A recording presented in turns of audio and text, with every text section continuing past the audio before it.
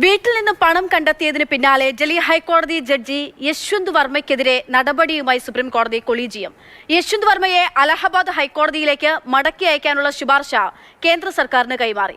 എന്നാൽ യശ്വന്ത് വർമ്മയെ ഇംപീച്ച് ചെയ്യണമെന്നും കേസ് CBIയും EDയും അന്വേഷിക്കണമെന്നും അലഹബാദ് ഹൈക്കോടതി ബാർ അസോസിയേഷൻ പ്രമേയത്തിലൂടെ ആവശ്യപ്പെട്ടിട്ടുണ്ട്. യശ്വന്ത് വർമ്മയുടെ വീട്ടിൽ നിന്ന് കോടിക്കണക്കിന് രൂപ കണ്ടെത്തിയതിനു ശേഷം 2 തവണ സുപ്രീം കോടതി കൊളീജിയം ചേർന്നു.